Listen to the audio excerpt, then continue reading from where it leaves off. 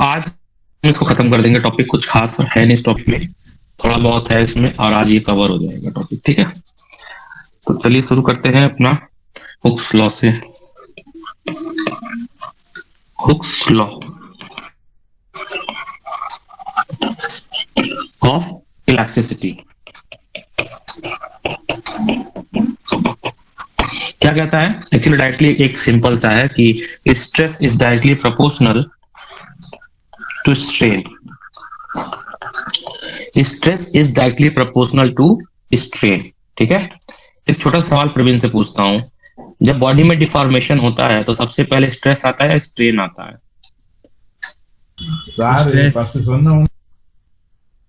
हाँ प्रवीण, क्या कह रहे बेटा?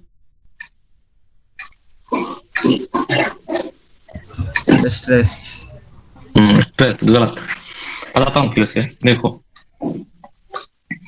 मान लो ये कोई सरफेस है, ठीक है, और मैं इसकी इधर से दबा रहा हूँ, ठीक, प्रेस कर रहा हूँ, एक्सटर्नल फोर्स लग रहा है, ठीक है, F external force is apply. तो ये मान लीजिए डिफॉर्म हो गया, पिचक गया। सबसे पहले क्या होगा? डिफॉर्म होगा। जैसे डिफॉर्म होगा, अंदर से एक बाहर की तरफ फोर्स लगेगा, रिस्टोरिंग फोर्स। रिस्टोर फोर्स लगेगा बाहर की तरफ, एफ रिस्टोर। तो सबसे पहले क्या होगा? पचकेगा कोई चीज पहले पचकेगा, फिर ना फूलेगा। मेरे पास बैलून नहीं है, मजा आ जाता, बैलून से दिखा देता मैं। कुछ तो बैलून रखना पड़ेगा हमको। जब आप बैलून को दबाएंगे, सबसे पहले वो दबेगा, फिर अपोज करेगा ना। जैसे स्प्रिंग है, स्प्रिंग को पहले दबाओगे तब तो अपोज करेगा भाई कि मैं वापस अपनी पोजीशन पे जाना चाहता हूं। पहले से स्प्रिंग को दबाओगे तुम ना, पहले आप कंप्रेस करोगे तो इसकी साइज छोटी होगी। तो सबसे पहले क्या हो रहा है? छोटी होगी, उसके बाद पीछे आएगा ना, नहीं मेरे को वापस ले जाओ। तो पहले हुआ क्या? डिफॉर्मेशन, चेंज इन डायमेंशन हुआ ना। तो चेंज इन डायमेंशन स्ट्रेस होता है, स्ट्रेन होता है? स्ट्रेन। तो सबसे पहले स्ट्रेन होगा, फिर स्ट्रेस होगा। ये पूछना, ये बड़ा बेहतरीन जोक है इस चैप्टर का। आप अपने दोस्तों से पूछना कि पहले स्ट्रेन होता है, स्ट्रेस होता है? सभी कहेंगे स्ट्रेस होता है। ठीक है, फर्स्ट स्ट्रेन देन स्ट्रेस। पहले कोई चीज दबेगी, उसके बाद वो अपने पोजीशन पे आने की कोशिश करेगी। इलेक्ट्रिसिटी तो बाद में होगी ना, इलेक्ट्रिसिटी जो है वो तो बाद में होगी। पहले आप दबाओगे, तो यहां से आप परपेंडिकुलर फोर्स लगाओगे, तो इसके परपेंडिकुलर फोर्स एक लगेगा एफ एक्सटर्नल आप लगा रहे हो, और आप एफ रिस्टोरिंग लग रहा है, तो बाद में लगेगा ना। ये तो नेक्स्ट है। सबसे पहले डिफॉर्मेशन होने के लिए आप पहले कंप्रेस करोगे, तो पहले स्ट्रेन होता है, याद रखना, ये बेसिक सर है थोड़ा। ठीक है, सो हुक्स लॉ कहता है कि stress is directly proportional to strain. Stress is directly proportional to strain. तो लिखोगे according to Hooke's law, notes बनाओ। According to Hooke's law, for a small deformation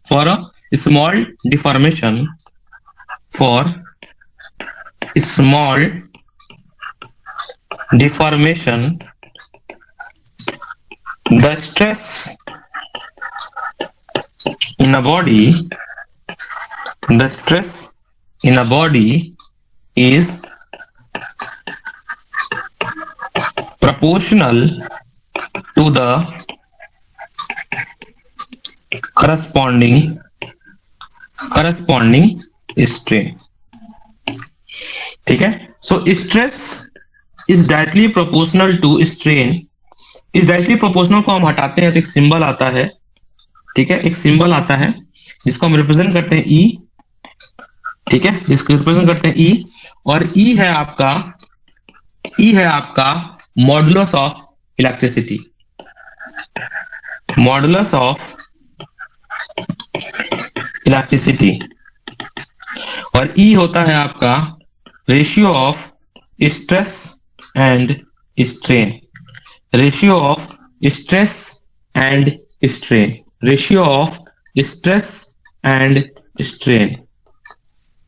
ठीक है, ठीक है। और डिफॉर्मेशन के अनुसार जैसे हमने अलग अलग डिफॉर्मेशन पढ़ा था, लॉन्गिट्यूडनल पढ़ा था हमने, वॉल्यूमेट्रिक पढ़ा था हमने, बल्क पढ़ा था, उसी के हिसाब से मॉडुलस भी चेंज होता है। जिसमें से हम वैसे तो है दो तीन है, लेकिन हमको जो बेसिकली पढ़ना है वो एक ही पढ़ना है।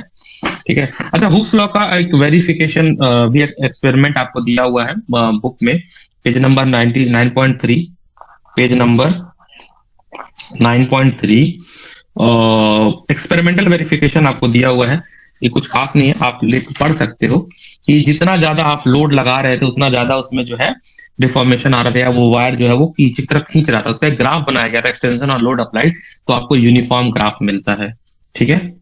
ये आपको एक्टिविटी दी गई है कि आपने यहाँ पे एक स्प्रिंग लगा दिया और यहाँ पे आपने एक वेट पेन ले लिया। ठीक है, वेट पेन ले लिया, this is a weight pen, और हमने ये स्केल लगा दिया फॉर द रीडिंग कि इसकी कितनी लॉन्गुलेशन हो रही है, स्प्रिंग में कितना लेंथ चेंज हो रहा है। ठीक है।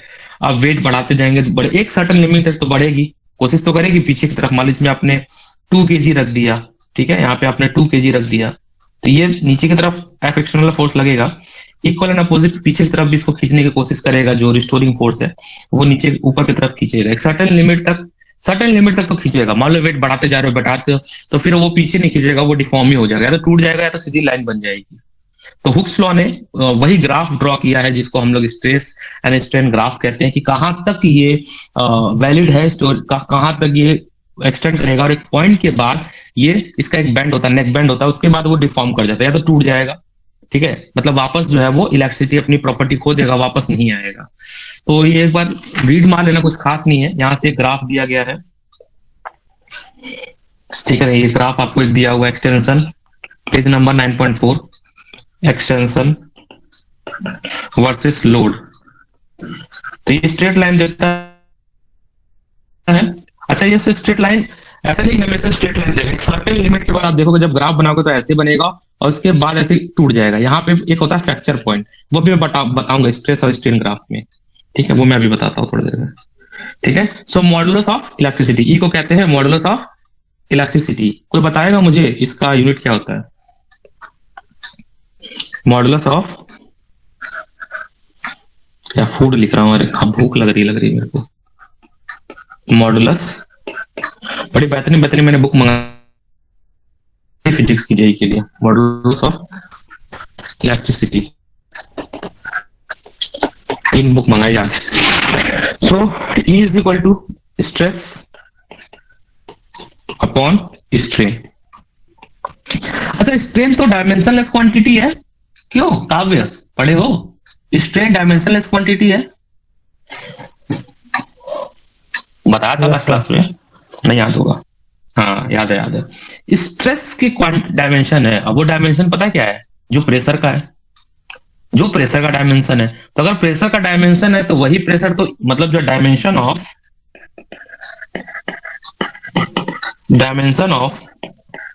स्ट्रेस वही तो होगा डायमेंशन ऑफ ई। अब डायमेंशन ऑफ स्ट्रेस तुम लोग ने बताया था, फोर्स अपॉन एरिया होता है, फोर्स अपॉन एरिया होता है। तुमने प्रीवियस क्लास में अगर याद होगा तो तुमने स्ट्रेस का डायमेंशन बताया था मुझे, ml-1 t-2, मुझे कोई बताया था। क्या सेम डायमेंशन होगा इसके लिए भी? इज इट क्लियर और नॉट? देखो last class, if you remember last class, मैं सब लिख के रखा हूं।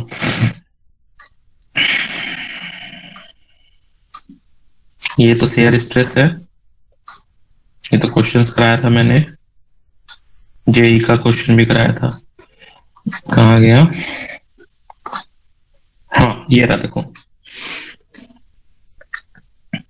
कराया था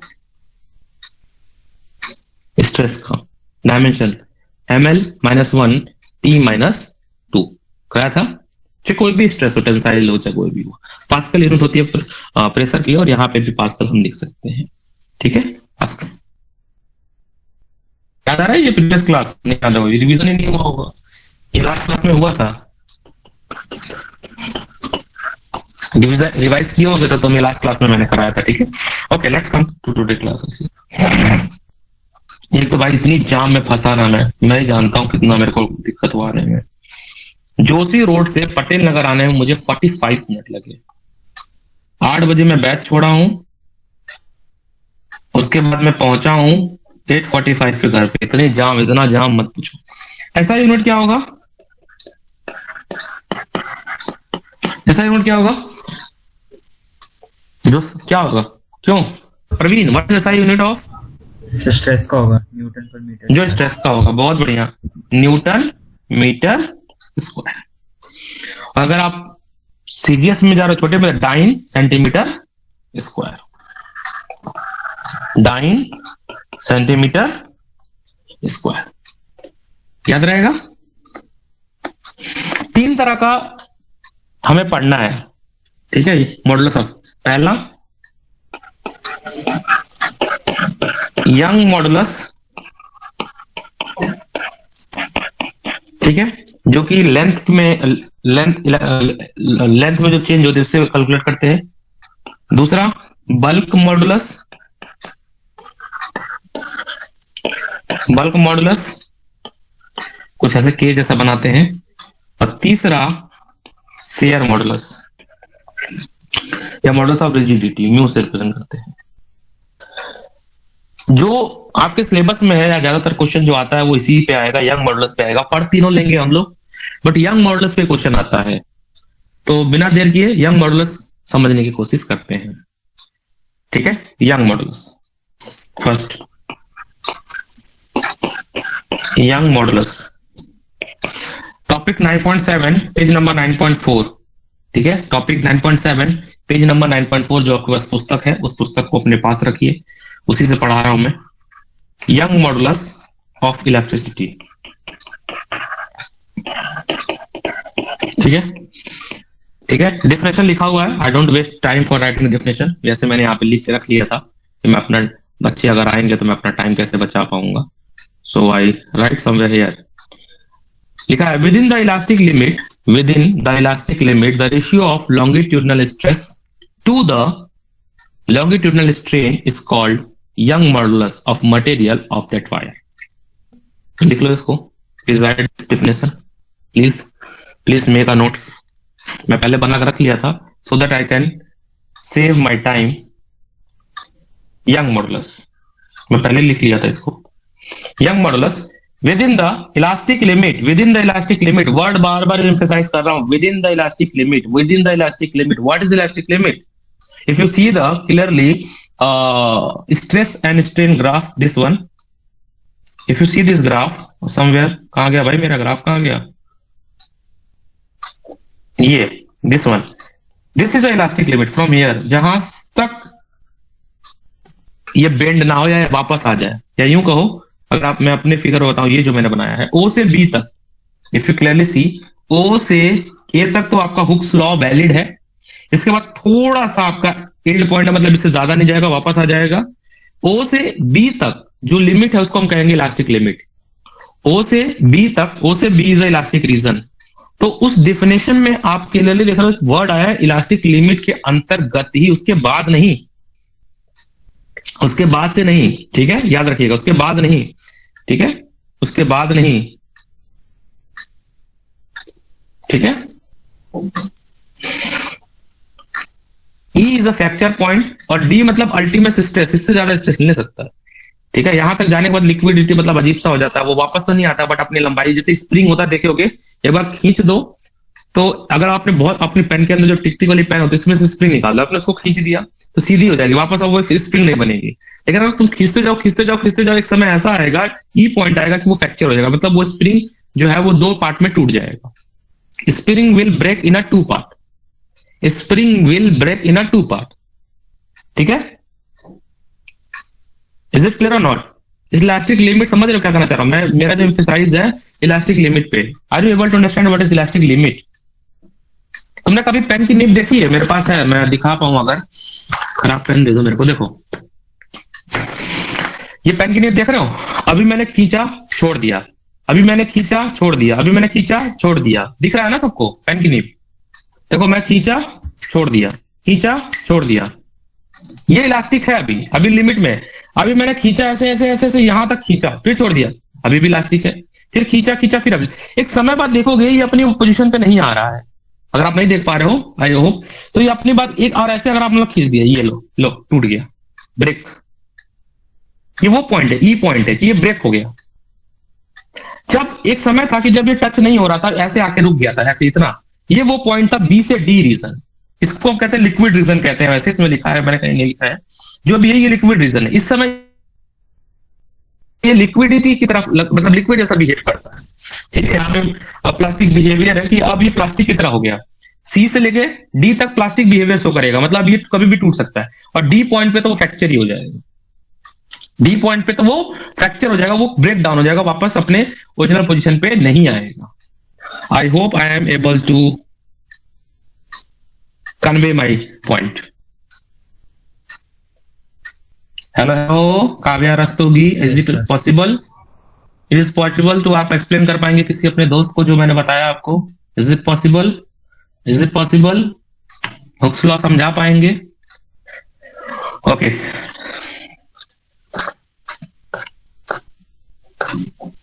जब आप दूसरों को पढ़ा लेंगे इसका मतलब आप समझ लें, नहीं पढ़ा पाएंगे इसका मतलब आप नहीं समझे। Young modulus. So Young modulus क्या कहता है? Young modulus is a ratio. Young modulus कहते हैं। Come to the Young modulus. So Young modulus is the ratio of longitudinal stress upon longitudinal strain. longitudinal stress upon longitudinal stress. अच्छा, longitudinal stress का formula होता है force upon area, और strain का क्या होता है? Change in length. तो अगर तुमको अरेंज करा जाए तो F upon A L upon delta L हो जाएगा। और हमेशा हम क्रॉस सेक्शन एरिया की बात करते हैं, हम हमेशा क्रॉस सेक्शन एरिया की बात करते हैं, तो हम लिख सकते हैं F upon pi r square, ये एल है, टी लिख दिया मैंने, into L upon pi L. Is it clear? ये फॉर्मूला बन गया यंग मॉडुलस का। अब सवाल आता है कि यंग मॉडुलस कब इक्वल हो जाएगा एक्सटर्नल फोर्स अप्लाई कर, जो हम एक्सटर्नल फोर्स अप्लाई कर रहे हैं उसके बराबर यंग मॉडुलस कब हो जाएगा? सो एट व्हाट पॉइंट या व्हाट क्वांटिटी या what measurement required so that Young modulus should be equal to applied force? बहुत आसान है। लेंथ 1 मीटर का ले लो, एरिया ले लो आप 1 मीटर स्क्वायर का, डेल्टा एल भी ले लो आप 1 मीटर ही, मतलब जो चेंज आ रहा है वो भी 1 मीटर ले लो। तो ये वैल्यू पुट कर दो, आपका y is equal to F. Y मतलब इसको क्या पढ़ते हैं, ओमेगा पढ़ते हैं, कुछ तो पढ़ते हैं। So young modulus of elasticity is equal to the force required to extend a wire of unit length and unit area of cross section by the unit amount. That is force required to double the length of wire. ये याद रखिएगा आप लोग। Dimension young modulus का क्या होगा? What is the dimension of Young modulus? कोई बता पाएगा डायमेंशन? प्रवीण बताओ dimension. What is the dimension of Young modulus? Praveen sir m l - 1 t - 2। बहुत बढ़िया। कैसे आया काव्य? ये डायमेंशन कैसे आया है? कैन यू, आपके पास फॉर्मूला है, can you drive the dimension? You have a formula, can you drive the dimension? इस फॉर्मूले से आप डायमेंशन बना लोगे। डायमेंशन चैप्टर में पढ़ाया था। If you have a formula आप उसको देखो, पाई का कोई डायमेंशन होगा नहीं, ठीक है, वो तो एक कांस्टेंट है। आपका फोर्स का डायमेंशन है आर, आप लेंथ में नापोगे और चेंज इन लेंथ, देखो आप ये एल अपॉन डेल्टा एल तो कट ही जाएगा, है ना, क्योंकि एल एल है, इनका डायमेंशन कट जाएगा। बाकी आप वैल्यू पुट कर दो, आपको डायमेंशन आ जाएगा डायमेंशन। हाँ या ना? Yes sir. बहुत बढ़िया। तो एक फॉर्मूला आपको मिला सर, यंग मॉडुलस का फॉर्मूला हो गया F L upon A into delta L, ये था अपॉन डेल्टा एल, पहला फॉर्मूला यंग मॉडुलस का। दूसरा फॉर्मूला आपको मिला यंग मॉडुलस का sir F L pi r square delta L. और तीसरा फॉर्मूला बताऊं जो कि आपके बुक में नहीं दिया है, मतलब आपके पास जो बुक है उसमें नहीं दिया तो है बुक में। फोर्स क्या होता है? Mass into acceleration. Mass into acceleration, एक डायग्राम में दिखाने की कोशिश करता हूं। मास इंटू एक्सेलरेशन, ये रहा, कहां गया, ये रहा। जो फोर्स लग रहा है वो किस पे लग रहा है? इस एरिया पे लग रहा है। और नीचे की तरफ लग रहा है, तो क्या ये mg होगा? मान लो इसका रॉड का मास m है, तो नीचे की तरफ खींच रहा तो mg होगा।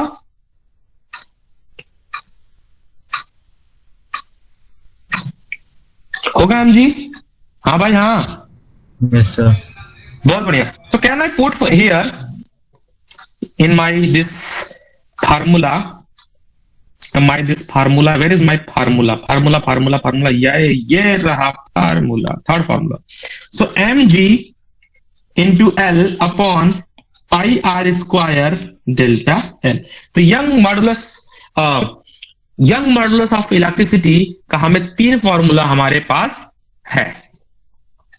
Is it clear? 3 फॉर्मूला हमारे पास है, और हमें न्यूमेरिकल अगर इस पे मिलता है तो क्या मैं कर लूंगा? एक जेई का सवाल दें आपको, एक क्वेश्चन जेई का दें, आसान सा, बहुत पहले आया था, ये ट्रिपल ई में आया था और जेई में भी आया था, है तो वैसे मेडिकल लायक, जेई में आना नहीं चाहिए इतना आसान सवाल। देखिए एक बहुत छोटा सा क्वेश्चन आईआईटी जेई का, पता नहीं इतना आसान सवाल क्यों पूछे थे, जेई में आया है। और पहले एक और एग्जाम हुआ करता था एंट्रेंस का, AIEEE, ठीक है, सेंट्रल एग्जाम है। क्वेश्चन है डिटरमाइन, वैसे क्वेश्चन लिखने में लगेगा 2 मिनट, आपको करना है 30 सेकंड में। डिटरमाइन द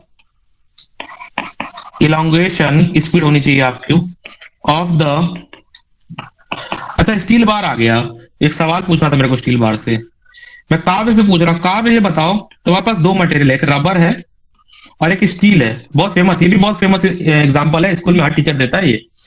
आपके पास रबर है और स्टील है, आप मुझे बताओ सबसे ज्यादा इलास्टिक कौन होगा? केवल काव्य बताएंगे, प्रवीण नहीं बताएंगे। इलास्टिक कौन होगा सबसे ज्यादा? इलास्टिक का मतलब समझते हो?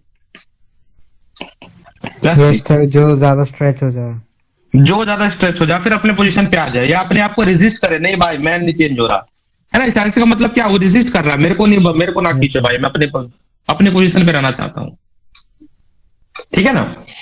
यहाँ पे एक और चीज है, यंग मॉडुलस की वैल्यू दे दी गई है आपको 2.0 इंटू 10⁻11 न्यूटन पर मीटर स्क्वायर दे दी गई है। ये क्वेश्चन आया हुआ है, ऑप्शन बना देता हूँ। Option A 0.5 mm, option B 1.5 mm, option C 5.0 mm and option D none of this. बताओ, सवाल ये था कि स्टील और रबर में सबसे ज्यादा इलास्टिसिटी किसमें है, या इलास्टिक प्रॉपर्टी सबसे ज्यादा किसमें है? काव्य बताओ बताओ। दर्द करने लगा यार पढ़ाते पढ़ाते, बताओ। बेइज्जती नहीं कराना मेरी, गूगल पे नहीं करना।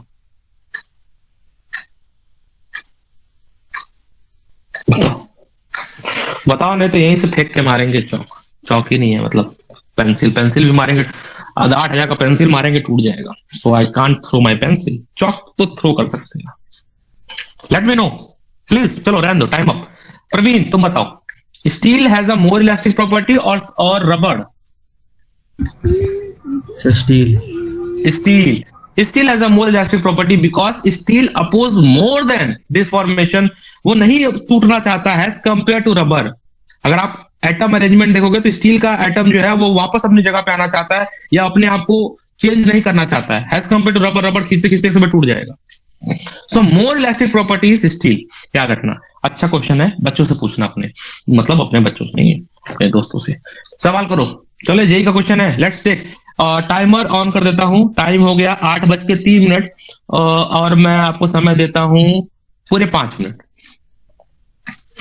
और आफ्टर सॉल्विंग प्लीज ऑल्सो, क्या कह रही है विकास? क्या कह रहा है विकास सर? कुछ कह रहे हैं क्या? Just call on Vikas sir. I have an important call of Vikas sir. 2 missed call is there. Let's pause the recording. Copper का या आयरन का, किसी का भी ले लो, सबका अपना अलग अलग बनेगा। ये जो रीजन है ओ से ए, ये वो रीजन है जहां पे हुक्स लॉ इज वैलिड, ठीक है।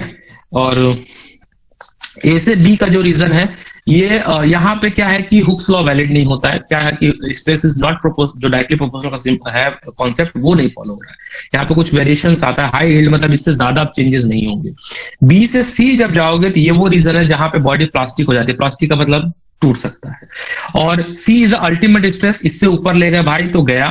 और सी से ई आपका फ्रैक्चर रीज गया, मतलब ई पे तो फ्रैक्चर ही हो जाना, टूट जाएगा। ये जो बी से सी का जो रीजन है ये वाला, ये प्लास्टिक हो जाता है। और ये ए बी यहाँ पे ना एकदम मतलब कैसे लचीला हो जाता है रीजन। इसको हम लोग प्लास्टिक फ्लो कहते हैं या प्लास्टिक डिफॉर्मेशन कहते हैं, प्लास्टिक फ्लो कहते हैं या प्लास्टिक डिफॉर्मेशन कहते हैं। अगर आप पढ़ोगे 9.8 जो टॉपिक है उसमें आपको समझाया गया है कि प्लास्टिक परमानेंट सेट कौन सा रीजन है।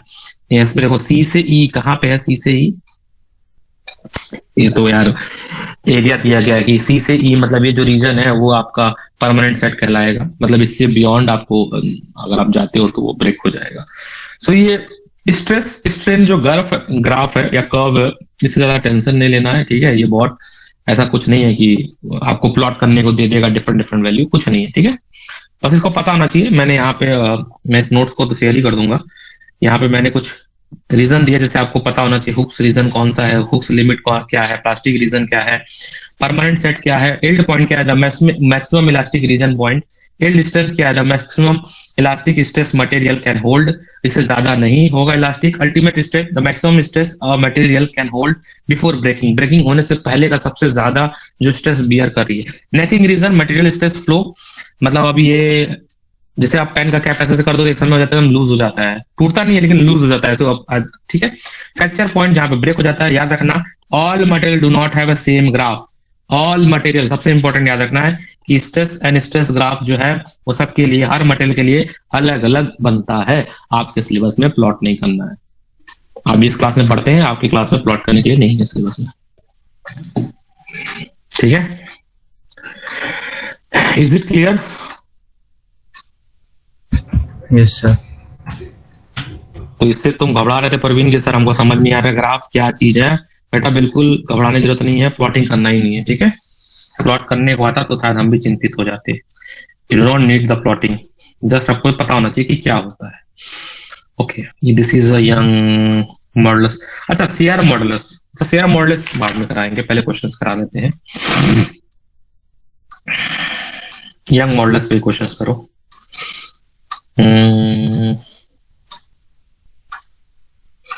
एग्जाम्पल नंबर 1 पे आओ, पेज नंबर 9.7।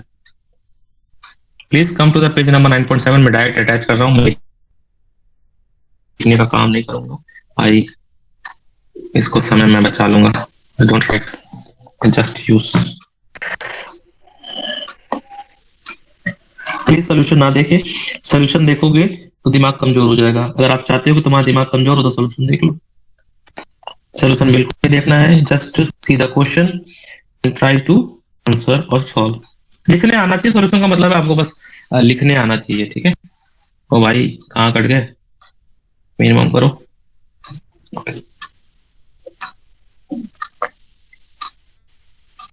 ठीक है। Increase by 10⁻⁴। The length of suspended wire increase हो रहा है 10⁴ of original length when the stress of 10⁻⁷ newton metre square is applied on it. Calculate the Young modulus. Okay, तो इसमें जो लेंथ का ये चेंज हो रहा है, ये आपको क्या देना चाह रहा है, ये आपको क्या दिया है, वैसे रेशियो दे रहा है, स्ट्रेन दे रहा है, क्या दिया है, स्ट्रेन दिया है। हाँ, तो ये आपको स्ट्रेन दिया है, डेल्टा एल अपॉन एल की वैल्यू दी गई है आपको।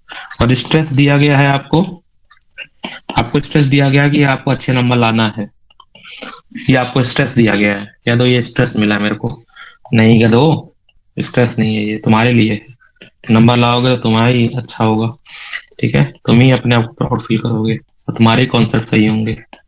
10⁻⁴ माइनस, इसको सॉल्व करेगा तो 10⁻11 न्यूटन मीटर स्क्वायर, ठीक है। आज तुम्हारी क्लास ले पा रहा हूँ thanks to the Avyay Malhotra. Back to back class ले रहा था अव्यय मल्होत्रा, इतनी क्लास एसएसटी की भाई, 9 बजे शुरू हो जाता था, 12 बजे तक पढ़ता था वो।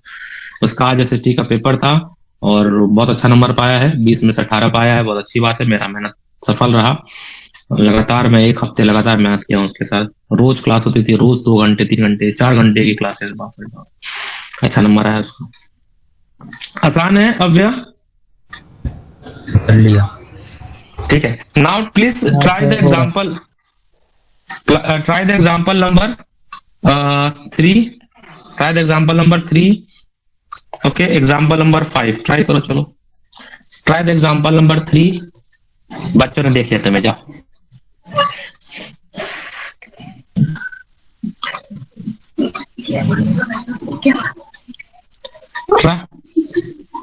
Try the example number 3, NCERT का क्वेश्चन है। Example number 5, Delhi 03, Delhi 6, Delhi 6, try करें please, please, humble request, it's humble